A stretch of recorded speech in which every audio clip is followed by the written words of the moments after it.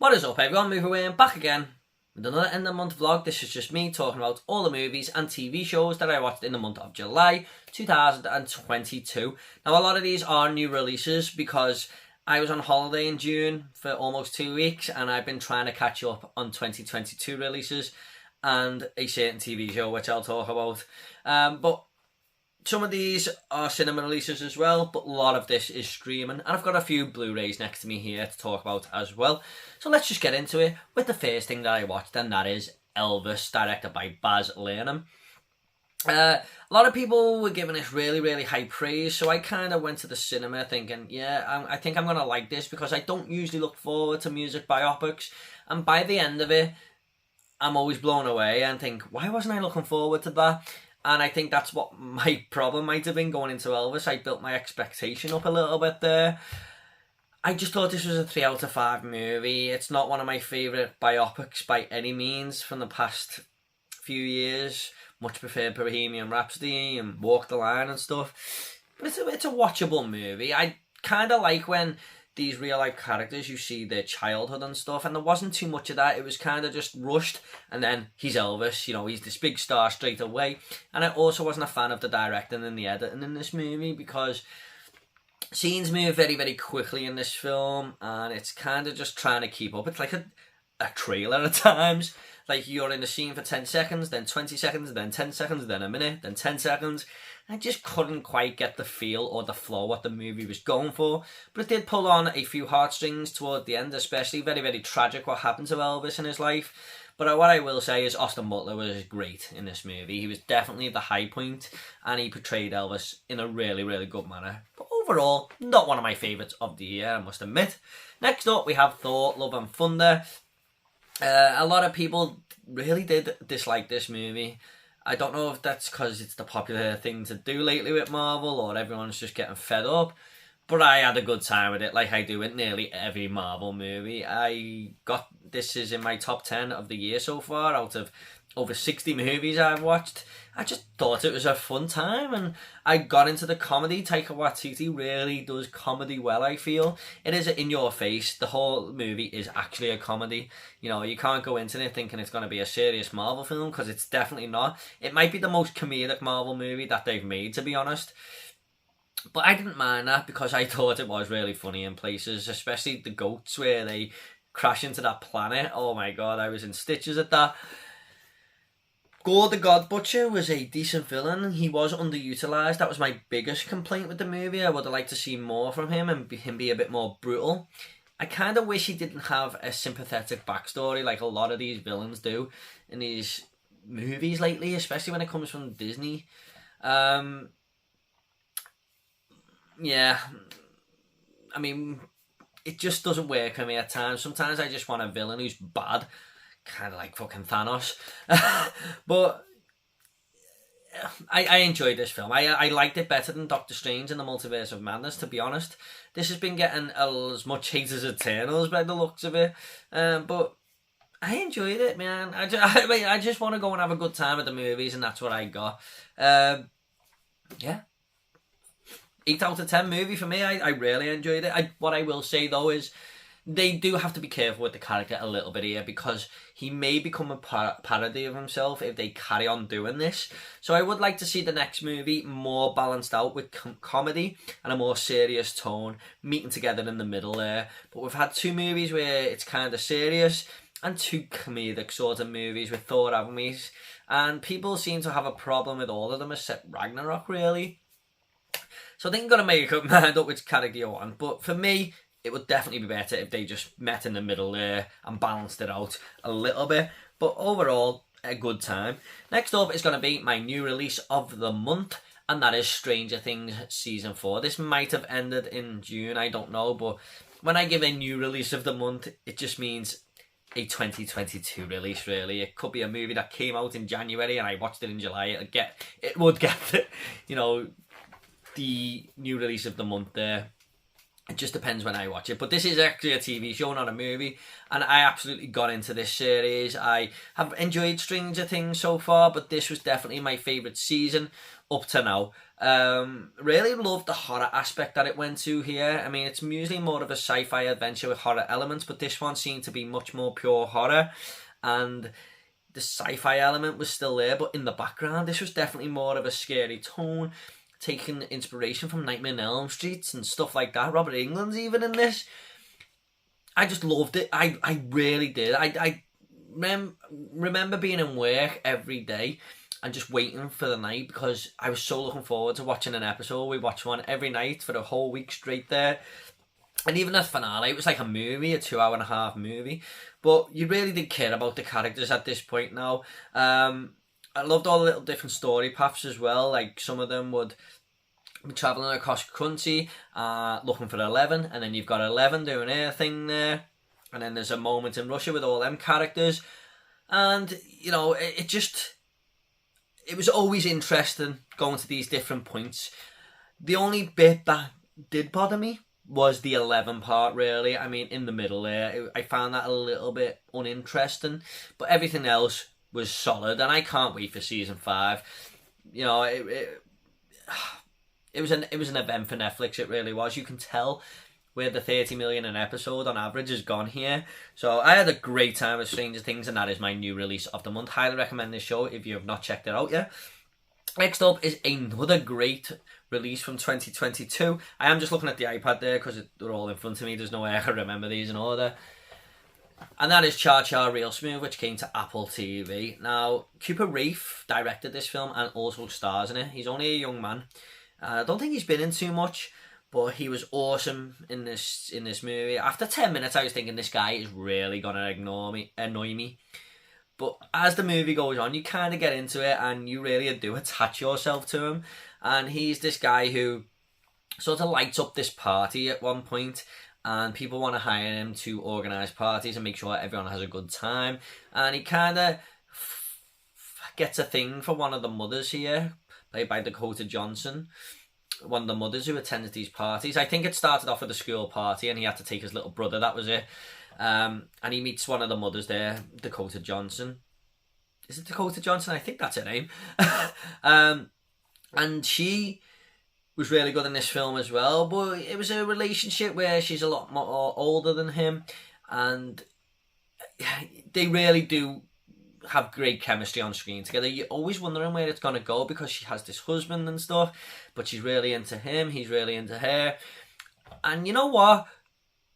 I just thought, yeah, this is going to go into a place where it usually goes, but it's not a predictable movie. I mean, I really, really did like how this all turned out, and it was like a different way of telling these usual stories that we get constantly all the time. But overall, a really, really good heartfelt film. And there was a moment in this where Cooper Reef's character tells his mother, played by Leslie Mann, who's great in this as well, how much she loves her and how much of a good mother he was and a great childhood he had. And it was one of the best moments of 2022 for me because I just thought it was a really, really good scene. And my wife was crying when he told her. It might be because she's got her own son now, but yeah, really do recommend that. It's in my top 10 of the year up to now. Next up is The Man from Toronto. Now, Netflix this year have really been pissing me off with some of the releases because they're raising prices and stuff for everyone, and I know everything's going up, but they are making some terrible movies this year, man. There's going to be some more on this list. Now, there has been some odd good ones, like Hustle with Adam Sandler and Windfall, which I really enjoyed. And there's another one on this list, which is actually really quite good. But a lot of these movies, man, I think in my bottom 10 of the year, 6 of them are Netflix films. So, yeah, and I think The Man from Toronto is in there. I was expecting this to be a really fun film. Woody Harrelson, Kevin Hart. It was just very, very forgettable. And I can't even remember what happened there. Someone thinks Kevin Hart's this hitman, but it's really Woody Harrelson, and then Kevin Hart has to go along with it. It was just very, very forgettable. Wasn't funny at all, which is surprising because I usually think Kevin Hart is really funny. He was the best part out of the two, but Woody Harrelson just wasn't helping him at all, which was a surprise because Woody Harrelson is a really, really great actor. But here there was just no chemistry whatsoever. Yeah, not a movie I will probably ever watch again, in all honesty. One of the more weaker Netflix movies of the year. Next up is the Human Centipede 3 final sequence. Now, if you want to see my full thoughts on this, I have a review for it on this channel. In my shocking movie reviews episode, I reviewed all the Human Centipedes now, and I go into full detail there, but this was my least favourite of the franchise, in all honesty. Dieter Laser, who was the villain in the first film, is the villain in this one as well. And even though I loved him in that first movie, he was just way over the top in this. It was very frustrating to watch. He's just shouting all over the screen, and it's just a movie that goes too comedic and sort of parodies itself. Even the director shows up in this as himself. So yeah, I mean, full thoughts on that if you want to watch it down below in my spoiler-filled review, but I do not recommend it. The other two are better movies. Next up is the Pookiepsigi Tapes. Now, this is a film that I heard a lot about, being very, very creepy and stuff, and I was watching it, and even though it was an okay found footage film, I turned to my wife and said, what's the big deal about this? It's not too scary. And she went, I know. And then, when it got to the third act, I started to get really freaked out, actually, and it just, some of the things that happen in this really did not sit right with me. I don't know if this is a little bit of a mini spoiler or not in there, but there's a moment where a victim's family member is kind of taunted over her daughter who's been killed. And I was just watching that going, oh, that is freaky shit, man. That I did not like that at all. You'll know what I mean if you watch the movie. But by the end of it, I was thinking, yeah, that didn't sit right with me, because I do think humans are the most scariest thing when it comes to horror films, and this is just this guy going around filming people he's murdering, basically. It's kept a big load of tapes there, and the police find it, and it's just him committing murder on these tapes. So if you're a horror fan who likes found footage films, I do recommend it, but I remember in the middle of the night, my little son Roman started crying, so I had to go down and make him a bottle. I was looking over my fucking shoulder, honestly, after watching this film. I was like, shit. So it did creep me out. I'm not usually scared by films, but this one sent a few shivers up my spine towards the end. Yeah, a bit of an evil movie, that one. Next up is The Princess, which came to Disney+. I've seen a few people in our Facebook group pages saying this was quite fun and stuff.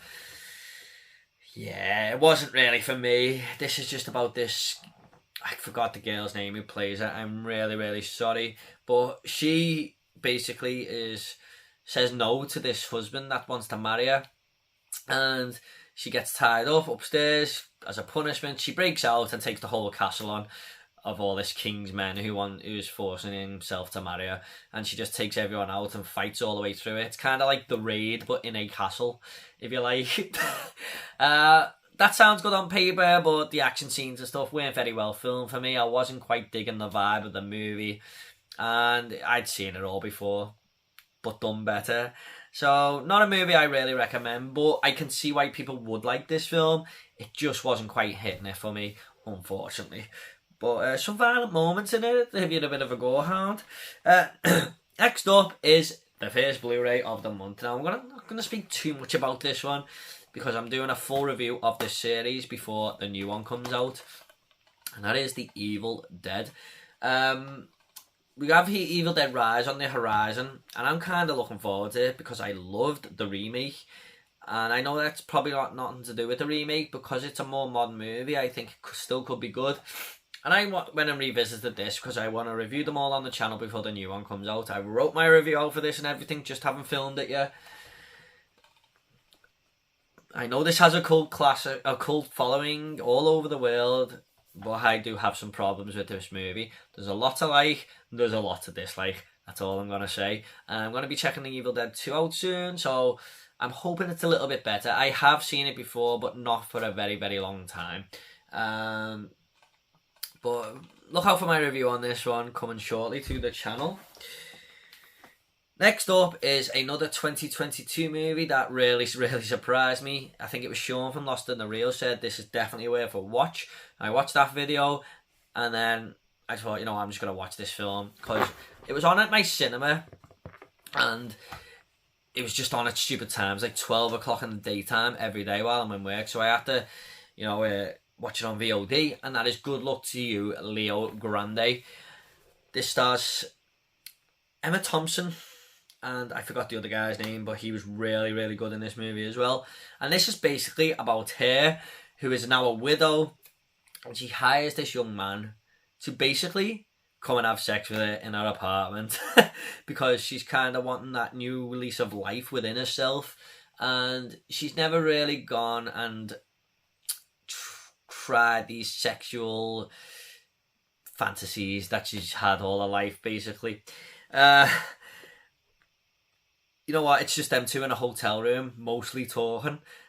But it is such an interesting film, learning about both of these characters as they go on, learning about their family life and stuff like that.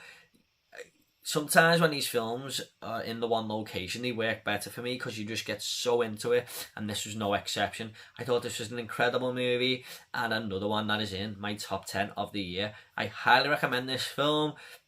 It was just so interesting with two great performances. So don't forget to check out Good Luck to You, Leo Grande.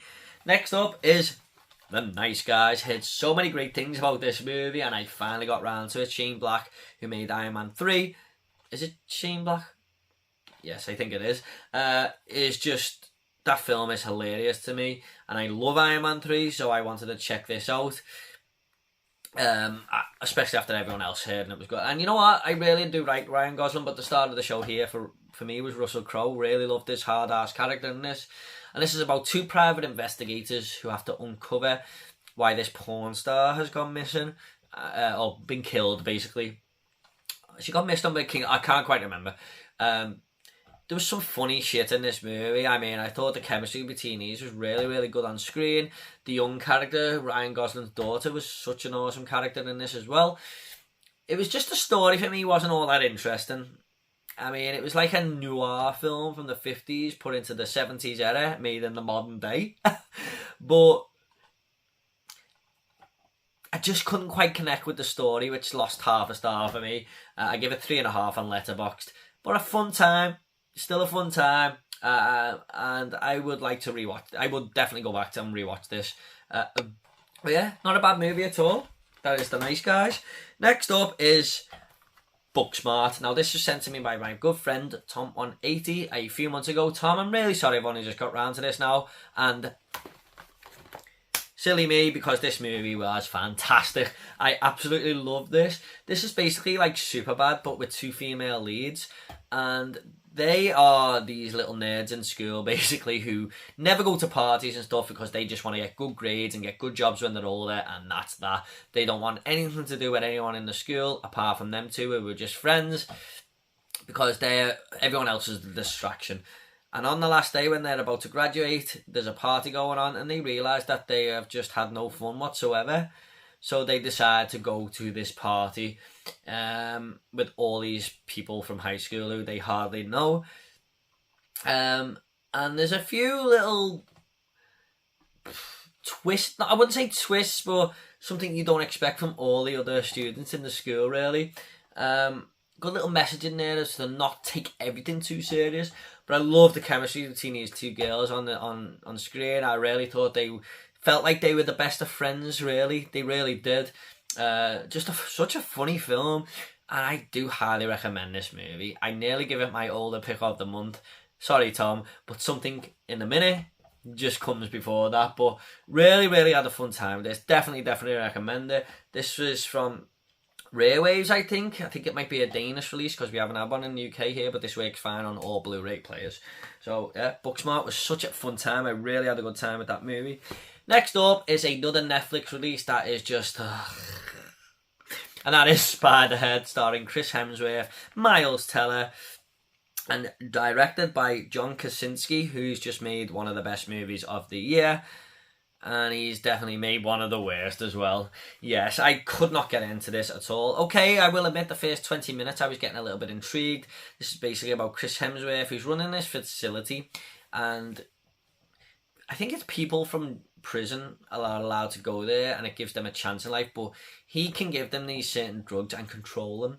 Like, they put Miles Teller in a room with this woman, and they're just sort of think the other one is okay looking. There's nothing about them. He injects these drugs into them and they just get really into each other and horny for each other, basically. And there's other drugs that can make people hallucinate and go to this dark place for 5 minutes. And basically, he's playing God and controlling these people.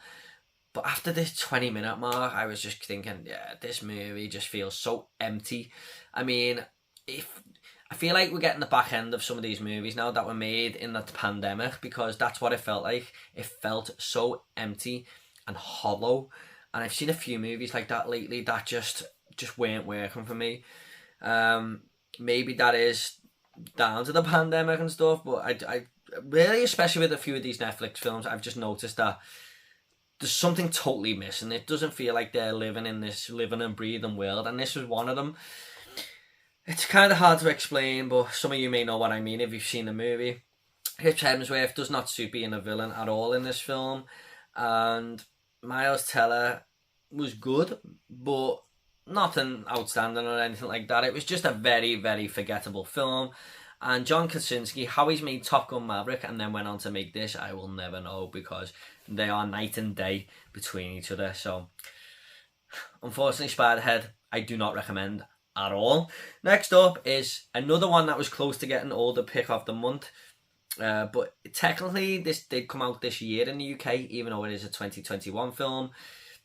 And that is The Sadness. I heard that this movie was over the top, batshit crazy, very, very violent and stuff.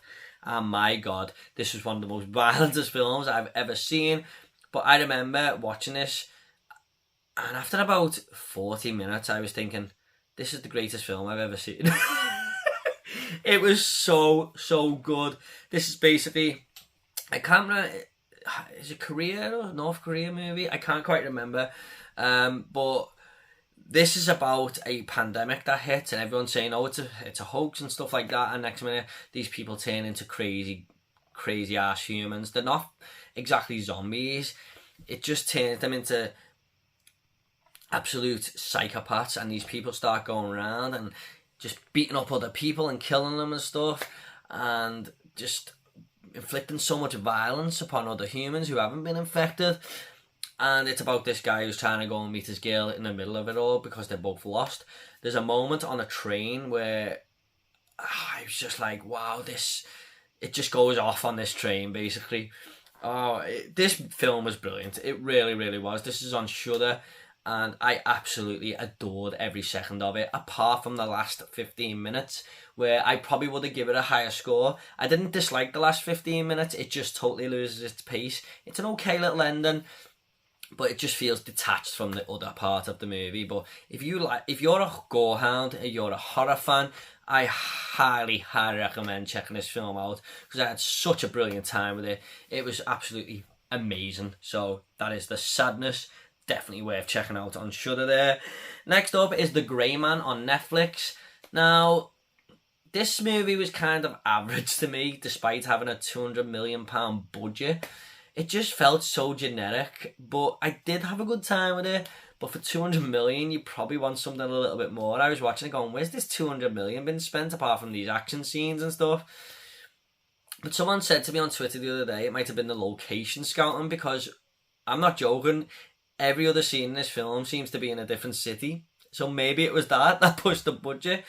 But you just want something more from 200 million and the Russo brothers, don't you? But overall, it wasn't bad. This guy needs to be taken out, so they hire Chris Evans' character to take him out, this specialist. And Chris Evans as the bad guy was really, really fun to see. He was so over the top with this stupid little moustache. Like this evil villain moustache, basically. He was the most fun part of the movie for me, even though he didn't totally work as the villain, but it was just fun to watch, if you get me. Ryan Gosling was really good in this too. Heard they're making a second one as well, which is interesting. Maybe Netflix are going to try and make a franchise out of this or something. But overall, a fun time. Next up is definitely a better high point for Netflix, and that is Black Crab. Seen a lot of average reviews on Netflix and on Letterboxd and stuff for this, but for me, this is one of the best films of the year. And this stars Noomi Rapace, who you may know from The Girl with the Dragon Tattoo. And this is basically her transporting something from one location to another on a load of ice. Now, this thing that she's going to transport in a post-apocalyptic world is going to win this war. And if she doesn't get it to the other part of this location, the war will be lost. So her and this team of characters have to ice skate across this lake that hasn't been frozen for 38 years and go down the back way so the enemy, they are out of enemy sight basically, but it's a very, very dangerous mission. And this film was just so tense. I mean, I really got on board with some of the characters here as well. You kind of care about them, you really do latch onto them, and there's so many tense-filled moments, there's so much, you know, brutal action involved. I totally got into this movie, I really did. I thought it was absolutely incredible. I really enjoyed it. And you know, when you go into a movie and you don't expect much, Chris Stuckman actually said this on his DC League of Super Pets review. When you go into a movie and expect nothing, come out the other end with a big smile on your face, that's exactly how I felt about this film. I thought it was fantastic. Absolutely blew me away. I couldn't believe how good it was, and I had such a great time with it. I really do recommend Black Crab on Netflix. Next up is the Bob's Burgers movie. Now, a lot of people said to me you need to watch the show to watch this, but I just don't know if I've got time to watch all episodes of something that I'm not too interested in. But this was a 2022 release that had just been on the cinema. It was staring at me on Disney Plus. It was basically saying, watch me. So I did. And you know what? Even though I don't know anything about the show, I still had a fun time with this. It was a fun little story where Bob's Burgers restaurant is trying to survive and a big sinkhole opens up in front of the store and they kind of have to get the rent paid. So some of the family members try and investigate what's really going on. I didn't get onto some of the jokes, but some of them I did. You know, it was I was kind of lost a little bit in it. Thought the mother character was great. Thought she was the best character in the whole movie. I don't know if she's like that in the TV show, but overall, a fun time. So yeah, maybe you do need to see the show a little bit though. I can't comment too much on that. But there you go. Next up is The Bubble on Netflix. Everyone's saying this was one of Netflix's worst movies of the year. And I was inclined to believe that because, like I said, they've brought some shockers out. But you know what? I didn't mind this film as much as some other people. It did seem to half an hour too long, though. I mean, I thought it was really funny. I was laughing my ass off. But by the 1 hour 30 mark, I was thinking, there's still half an hour of this movie left. Does it really need to be this long? And this is basically about a group of people making a film in the pandemic in this big mansion. And it sort of parodies the pandemic, really, and makes fun of it. And you watch back and think, oh, this is a bit crazy the way we're doing all this, but that's what The Bubble was really pointing fun at. You know what, there was some really funny shit in this. Like I said, it was just half an hour too long. But some interesting characters who have a bit of banter back and forth with each other and, you know, just sort of have good chemistry on screen by ripping the backs out of one another and stuff. But it was a fun time. I give it 3 out of 5 on Letterboxd. Next up is Interceptor. Now, my biggest problem with this movie, I'll get into that in a second. This is basically about a base that shoots down any missile that is heading for America. And there's 2 of these bases in the whole of the US. And one of them has been taken over by these enemies and stuff. And the other one is coming. And 4 people work in this defence base. Yes, 4 people. Like I said, some of these Netflix films just feel a little bit empty. I don't know if it's off the back of COVID, like I said. But it just felt so empty. And there was hardly any characters in the movie. And it was just... I just couldn't get on board with that. How am I meant to believe that this such an important part of America, this base, has 4 people working there? I mean, come on. And the guy who is the bad guy in this was just not really working for me. He's off Hacksaw Ridge. I forgot his name. But he's the guy who's always pushing the other character, the main character in Hacksaw Ridge, to carry a weapon. It was that guy. Not a great movie. This stars Chris Hemsworth's wife, actually. She was okay in the film, but there was some bad dialogue in this movie that I was just cringing at. And I was thinking, who wrote this fucking script? It was watchable. I didn't dislike it, but just a very, very average, forgettable movie, once again from Netflix. So that is Interceptor. Next up is a real surprise for me, and that is Where the Crawdads Sing. I had to watch this at the cinema, my friend Jamie, and I thought I was going to see a totally different film because I seen a trailer for a movie with Ralph Fiennes in and Jessica Chastain where they hit someone in a car or something, and I thought I was going to see that movie. I don't know why. That's never happened to me before, and it was a totally different film.